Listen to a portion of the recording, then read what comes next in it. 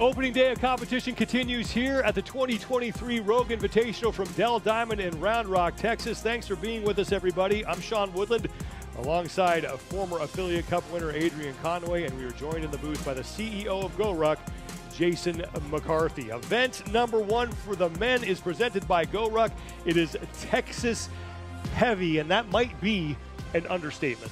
It might just be an understatement, Sean. And in this particular event, the men are going to strap up with 100 pounds for 1 mile to start. They're going to re-enter the stadium, then go for a 800-meter ruck after they shed some of the weight, and then finally they're going to be running 1 mile unweighted, and then they're going to re-enter the stadium and pull the sled bag to the finish. And in case you're just joining us, the track that they will be running will take them out and around the back of Dell Diamond Stadium, and then they will run through Vendor Village that is at the top of your screen. That's what will take place on the 1 mile runs. On the 800-meter run, they will bypass Vendor Village and come back into the stadium. And as you heard Adrian mention, then we close out with the 125-pound bag pull across the finish line. 20 men will be on the field at the same time, and we will be watching Jason Hopper, who's trying to make up for a 31st place finish at the CrossFit Games. He was 7th at the Rogue Invitational last year and won the opening event, Texas Trail. Yellow Hosta, he is making his first appearance here at the Rogue Invitational after a top 10 finish at the CrossFit Games. He won the 5K event in Madison, Wisconsin. And then, of course, you got to always be watching the defending fittest man on earth, and that is Jeff Adler. Yeah, the defending champ. We know that he's been working on his engine. We know that he's a proficient runner. First in Helen at the Games last year, second in the 5K, and second here at the Rogue Invitational in the Texas Trail, all because he thought that was the best place for him to accumulate points and conserve energy. We'll see if he can go get a dub in this one. And we are underway. 100 total pounds that these athletes will be carrying on this first 1 mile run. And let's bring in Jason McCarthy, the CEO of GoRuck. Now, this is something that you have done. Like, what does this all feel like on your body when you're trying to traverse a mile? So I've spent a lot of time under a ruck in the Army and subsequently through GoRuck. And the first time I miler was a couple of years ago. And I was really uncertain how it was going to be, especially towards the end of it. You know, you start out, it's like, okay, this is heavy. You kind of start maybe going a little too fast, hoping that you're going to be able to sustain that pace. And it was crushing. I mean, 100-pound mile is crushing in just an awesome way. I mean, it's strength, it's cardio, it's both. You throw in some of your buddies and people that you really, really want to just defeat, and it's really just this perfect recipe where competition breeds excellence, and you get to see what you're made of. Roman Krennikov is out front early, starting to open up some distance between himself and the pack. Now, Adrian, you got to watch the women go. How, if at all, does that affect your keys to this event? Gosh, I got to tell you, Sean, I don't think it really changes much at all. What we saw was the lead exchange hands. We saw some people start a little faster than maybe they should have last test. I think it's still important to trust your prep. You've got to know that if you've put in the miles, if you've got the exposure to weighted running, how exactly you need to approach it. Nothing magical is going to happen here on game day. And then the second key is that you've got to start slow and finish fast. You've got to make sure that you adjust your stride cadence and your stride frequency. Allow it to be a little bit higher early, not cover as much ground, so that as you lose the load per each lap, you get an opportunity to elongate your stride and run smoothly as you gain speed. Roman Krennikov out front early. Looks like Yellow Hosta is starting to move up and challenge him for the top spot, and now Hosta is dead even. You see Jeff Adler now is starting to gain some ground on Roman Krennikov.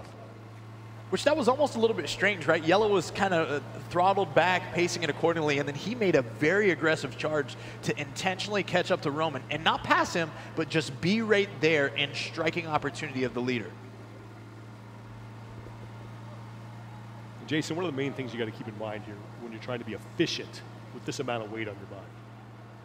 Yeah, I mean, there's an economy of movement that you're going for. You really want to find this sweet spot of how you can shuffle and maintain that pace throughout the course of it. When you start trying to, oh, I got to run or try to catch up to somebody, or, you know, if you start walking, that's about the worst thing you can do because it's really hard to pick it back up. But there's this unfamiliarity that comes, especially as this prolongs, where you start to realize that your legs are getting a lot more sore than you might be used to from just a normal run or a ruck run or whatever it might be. The weight is just significant, and it takes a little bit of time, especially for great athletes, for that to kind of come to bear. You know, the blood starts rushing to your legs in a way that it might not if you have a lot less weight. So when people start to lean forward a little bit too much, that's kind of their body telling them they're not ready to go at that pace with that amount of weight, and it kind of curtails your breathing a little bit, and it makes your form not as good. If you start, I mean, our cadre used to say, stop looking at your feet, there's only death down there. And if you keep your eyes straight and more forward, it's just, what follows is your chest will open up. And so as you see, you see Jeff trying to look a little bit forward, it's just when all you're doing is looking down, your body will usually follow, and that's not a good place to be for this kind of weight and time and distance. Roman Krennikov, Jelle Hossa, and Jeff Adler, your top three. And it looks like Travis Mayer is ahead of Jason Hopper there in that pack, trailing the top three on this 1 mile run. Travis, one of those athletes I'm extremely excited to watch take the floor this week, as we didn't get to see him appear at the CrossFit Games this year due to an injury. I'm sure that this is something that he's certainly anticipated and really looked forward to as an opportunity to not just test himself, but also knock the rust off a little bit with some of his fellow competitors. 100 total pounds they're carrying, 55 pounds in that sack, 45 pounds in the ruck. So that's 24 kilos on the sack and 20 kilos on the ruck. Krennikov, Hosta, and Adler now working their way through Vendor Village, along with the pack that is starting to creep up a little bit on them here in the back half of this opening 1 mile run. After this, they get rid of that 55-pound bag, and it's an 800-meter run with a 45-pound pack. And what we saw from the women is that as these athletes go into the stadium and get ready to shed that upper portion of the ruck, it's a chance for us to really see now who selected the right pace going into that first mile. Was it too fast and too aggressive, or are they going to be able to settle into a more moderately paced run in here into lap 2? Jason, when did you start talking about doing this event here at this competition? Well, at this competition, I found out about right when everybody else did. But before that, I mean, we've been doing this as part of our just physical fitness test at GoRuck for a couple of years now. We've put it in some of the competitions that we've had. Hell, I've run a 100-pound beer mile out of my driveway with my buddies. I mean, you can make this fun, right? Just depends upon your definition of fun. And going really fast like these guys are trying to go and beat each other, that's also really fun. There's a time and a place for all of this. But in all seriousness, I mean, the 100 pounds is a lot more significant than even 80 as a guy, right? So proportionally 60, not much. 80, you're getting there. 100, it's a different animal. Earlier we were talking about this, and we were just speculating on times. And you said that you had someone who was a runner run a 6:30 mile with 100 pounds. Obviously these guys are going to hit that, but this is an impressive pace. This is really impressive. I mean, it's really impressive. Yeah. I mean, because look, with rucking, I mean, for every pound that your body weighs, you have to carry that with you everywhere you go. And so there's this kind of optimal size that you would have if you were just going to ruck. You're not too skinny, but you're maybe not quite as big. And like the time that these guys are putting in at this, given what their first proficiency is it's really, really impressive. Things have gotten crowded at the front. Roman Krennikov is now being challenged by Travis Mayer. Jeff Adler, Jelle Hossa are still there, and a couple Aussies behind them, Ricky Garrard and Jay Crouch. Yeah, and as we start to see this play out, it's interesting, right? We had the initial 3 come out. They were more aggressive in Krennikov, Hosta, and Adler, and they broke away from the rest of the pack. And now we wonder, was that for naught? Did they waste energy? Did they come out a little bit too hot or too aggressive to stay together as the lead pack? Because now we watched others close the gap, and it didn't create any kind of advantage. Chandler Smith is there along with Jason Hopper now reaching that pylon. Lazar Jukic, Brent Fikowski, Will Morad. So Noah Olson in the back with Pat Vellner. But everybody pretty tightly grouped here as they close out this first 1 mile run. it's going to be a huge deal to put that 55-pound sandbag down. There is Jonakoski, who has put the bag down, and looks like there's something wrong with the right leg. Either it's a cramp or a problem. But we'll check on Jonakoski, who is down there on the warning track in left field.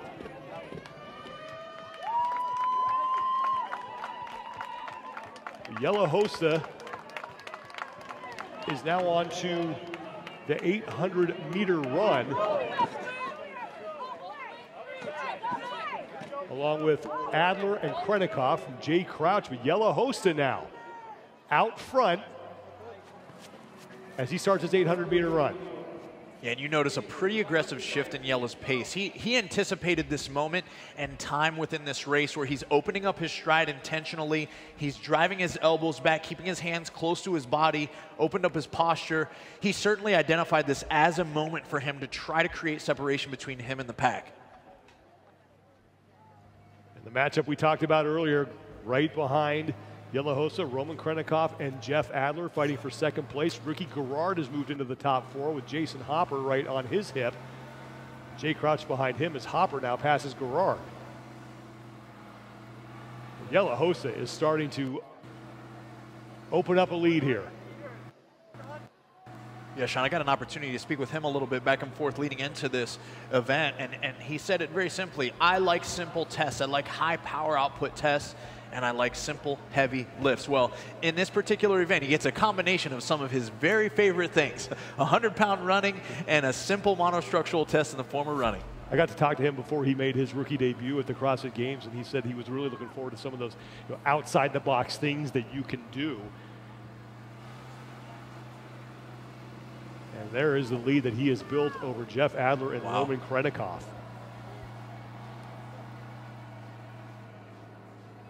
First appearance here at the Rogue Invitational for Yellow Hosta, who has made the turn. Again, they bypass Vendor Village on this 800-meter run.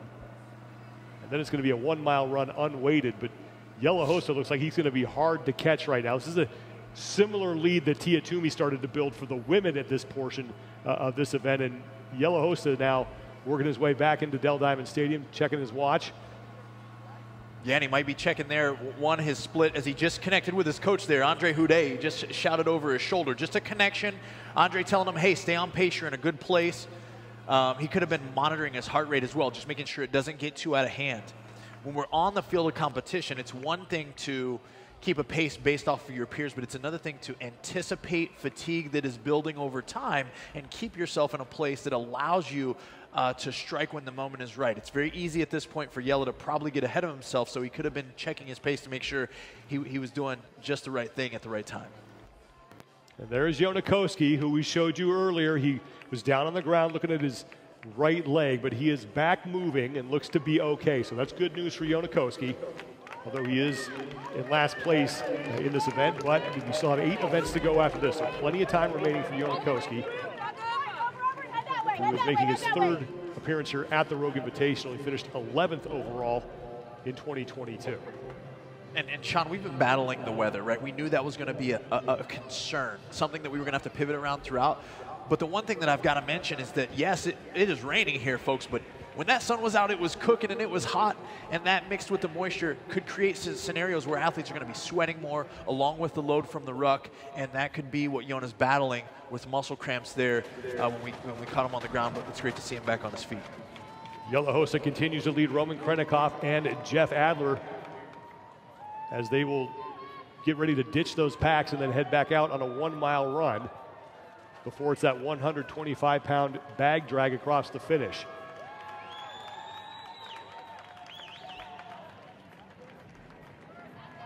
Got a few significant weight changes in this. I mean, your legs are feeling so different when you've got 100 pounds on your back, or you've got 45 pounds on your back, and then you've got you're running slick, so you've got 0 on your back. But it's cumulative at the same time, so you've got all this blood flow down there, and it's going to mess with your form and your gait and all that kind of stuff. So it's fun to see him just sort of drive through it. And now that the weight is off of them, where are they feeling that the most on this portion of the event? Yeah, so the blood flow would accumulate in your thighs and in your legs, right? But your shoulders there's a blood flow that rushes back to that area once you take the weight off. And so especially when you get it all off, man, you just have this desire to roll your shoulders back and take this nice deep breath and kind of keep going. And so, again, it's kind of like taking your ski boots off after a long day on the slopes. It feels fantastic. Yellow Hosta taking an opportunity to grab some water and swig some and douse some over his head as well. Yeah, the change in weather can be kind of hard. Overall, it's really nice rucking weather, though. It's really nice. I mean, you don't want it too hot. And so doing it a little bit later in the day, I think, was a great call. And you know, a little bit of cloud cover is a great call. I mean, the ruck itself, especially as you're not used to it, we used to call it a microwave. You put the microwave on your back, and then you're going. I mean, it heats you up with every step you take. So, yeah. Hosta still out in front. You saw he completed his 800-meter run in just under 13 minutes, 12 minutes, 40 seconds on his split time. Battle for second going on behind him is still between Adler and Krennikov. And that's just something that we've got to watch really closely, right? We know both of those athletes are vying for a top spot on the podium. They want to be the Rogue Invitational champ this year. Jeff has a unique way of pacing runs, not necessarily full sending to win, but to accumulate points and also reserve the appropriate amount of energy for the events that are still looming or left to come. So it'll be interesting to see the moves that he chooses to make, and if Roman allows him to make those moves for that second place position, and also if he decides if that first place is within reach and can make a push on Yella here, that he still has a pretty substantial lead. Jeff Adler has now moved into second place ahead of Roman Krennikov, and the field behind them thinning out a little bit. You see Chandler Smith is there, Jason Hopper. But things starting to spread out on this final 1 mile run.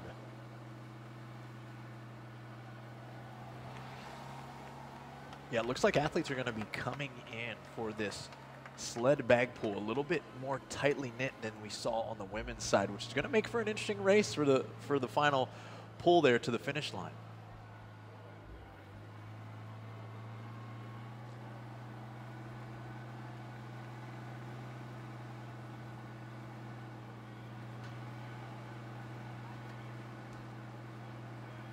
Jeff Adler now starting to creep up on Yella Hosta as Roman Krennikov is now back in third. Yeah, and this is big, Sean. Again, when we're talking about posture, look at the way Yella's running. Long, elongated stride, really pumping his elbows back from side to side on each side of his body. And then Jeff looking a bit more relaxed. Stride length a touch shorter, but stride frequency that much higher. It allows him to dictate his forward lean and then also dictate his pace without costing him quite as much fatigue to build up in his legs. So he is right here in striking distance to make a run at making a pass here to nab 100 points on this event. Adler about even now with Hosta.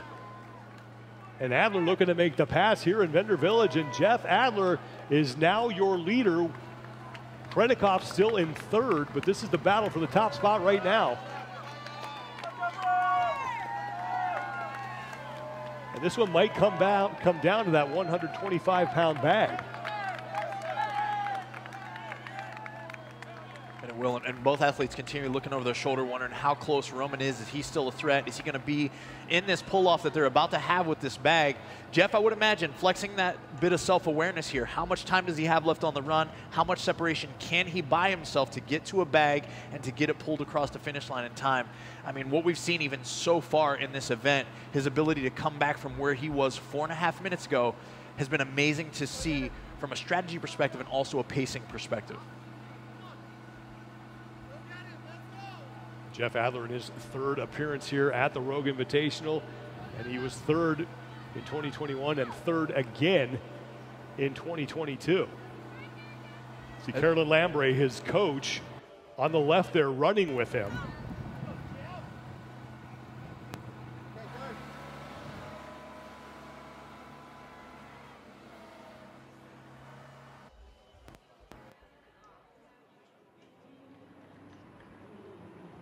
Brent Fikowski, you just saw him in the background. He looks like he's in fourth place behind Roman Krennikov, as Adler's going to be the first man back into Dell Diamond Stadium.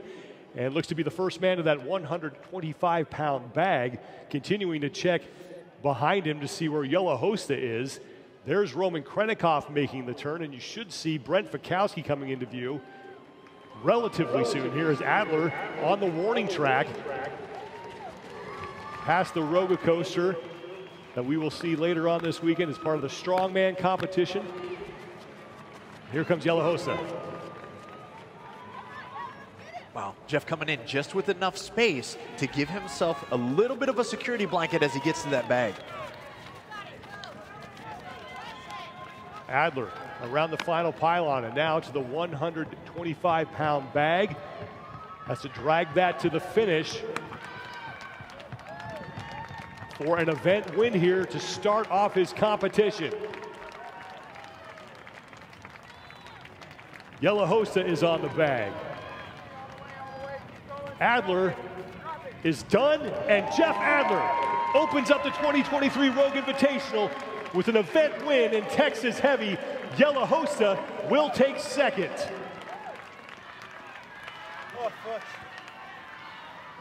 Now Roman Krennikov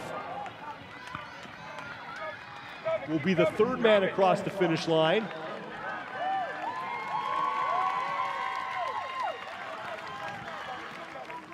And now Brent Fikowski is going to beat Chandler Smith across the finish line. Hopper and Crouch are racing. Looks like Hopper gets there first ahead of Jay Crouch. And now Ricky Garrard is in. Great to see Ricky back here in competition after that shoulder injury knocked him out of the season. And Pat Vellner was able to work his way up. Solid finish for Pat here in the opening event. First of 9 events here at the Rogue Invitational as Noah Olson is just about done. Close finish between Jukic and Morad. Have to wait for the official score on that, but they were dead even as Bjorgren Carl Gumundsson follows them across the finish line. Vellner has a hold of that 125-pound bag. No one else is on this portion of the event. Yeah, take your time, Pat. Hey, listen, we all got our pride and ego. We want to finish for time. We want to finish fast, but we got to think about what's to come. And if there's no threat to lose points, just get the work done. And Vellner is in.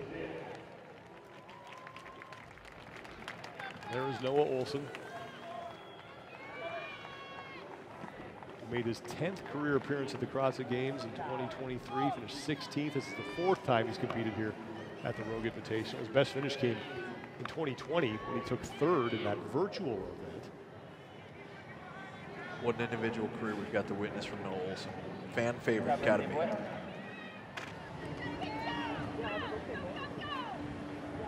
That is Garrett Clark making his first appearance here at the Rogue Invitational. One of the guys representing sort of the next generation of CrossFit athletes started CrossFit when he was 12 years old. That was in 2010. Crazy. Crazy. Another youngster. So Dallin Pepper working his way to the bag. Pepper coming off a career best 5th place finish at the CrossFit Games. First time he's competed here at the Rogue Invitational. Clark is up.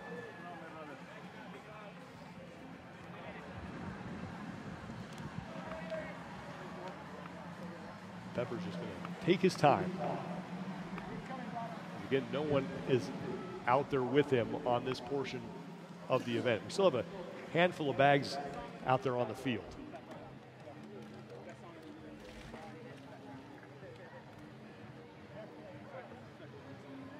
There is Tudor Magda. Also his first appearance at the Rogue Invitational. Yeah, an opportunity for Tudor to really, again, measure up against the field. He didn't get an opportunity to qualify for the games this year. Just missed out qualifying, but was present the year before and certainly itching and hungry to return. So this was a great opportunity for him to qualify for the Rogue Invitational and get to test exactly where his training and fitness are. I mentioned how young Garrett Clark was when he started CrossFit at 12. Tudor was 9 when he started attending classes with his father and got into CrossFit. Now he is across the finish line. Former teenage champion, finished first in the 14 to 15-year-old division in 2018. That is a popular destination right now, the ice buckets. That's right. Athletes are really trying to fight to get their core temperature down as quickly as they can. Like Bailey Martin coming across.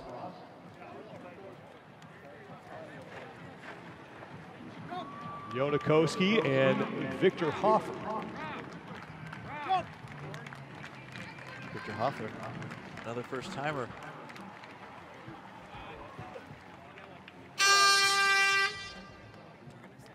Jeff Adler is going to pick up his second career win here at the Rogue Invitational and start things off with 100 points. Yeah, when you drop the... when we got in the vendor. Yeah, Adler, we wanted to watch him for a reason, and he certainly came out and paced this thing just the right way. But what a great way for him to start. 1907 is his time.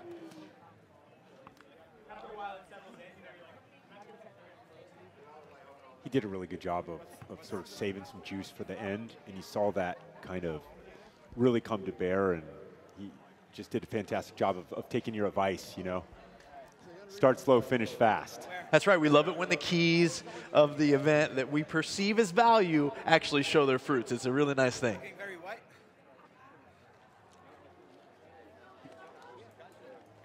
It's already winter where I'm from. Jeff Adler runs a perfect race here in event number 1 and did not take the lead until late on that final 1 mile run.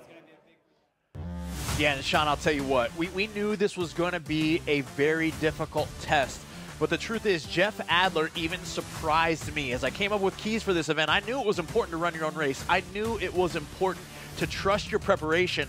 But he looked like he was so far back from Yellow Hosta at certain points of this race that he didn't have a chance to actually get first place. He closed the gap, he did it with confidence, and he strolled to the finish, giving himself just enough gap to make his way across that finish line and get 100 points to kick off this year's Rogue Invitational. Tia Toomey wins for the women, and Jeff Adler takes it for the men. So 2 people who have stood on top of the podium at the CrossFit Games. Starting off with 1